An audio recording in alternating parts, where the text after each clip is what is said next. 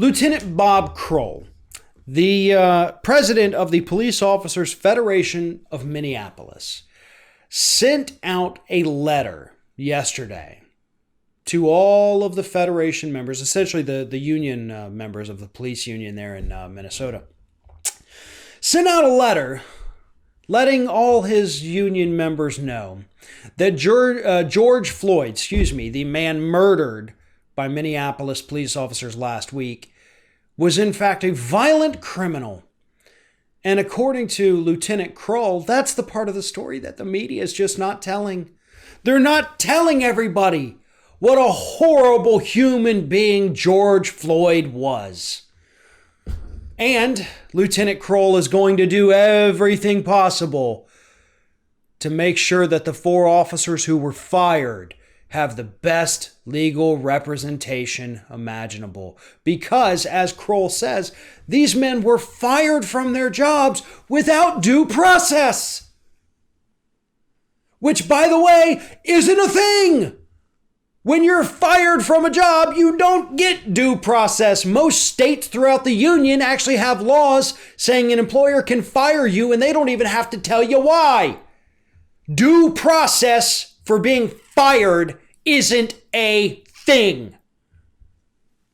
You would think somebody whose job it is to enforce the law would actually know what the law is. But he doesn't. All he cares about, and all that police union there in Minneapolis cares about, along with police unions across the country, is smearing a dead man to make a murderer look better. That's what's happening. You're smearing a man that your officers murdered so that your officers look a little bit better. Here's the thing, man. I don't give a crap what George Floyd may or may not have done. Does any of it warrant being killed on the street by having a knee to your neck and slowly suffocating? The answer is no.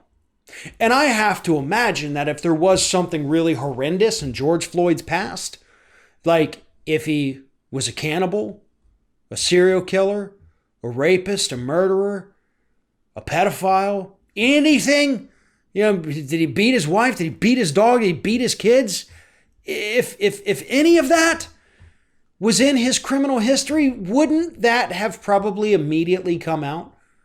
I mean, isn't that the first thing the police officers would have released and said, hey, hold up, listen now. This guy was caught banging goats. But you didn't, because he wasn't.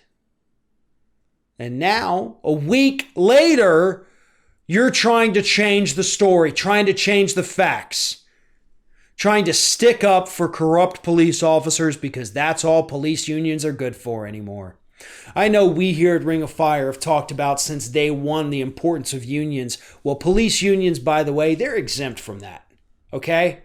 These are not the kinds of unions that go out there and fight for better benefits and, better pay and make the lives of everybody better. No, these are unions that fight for the protection of corrupt police officers.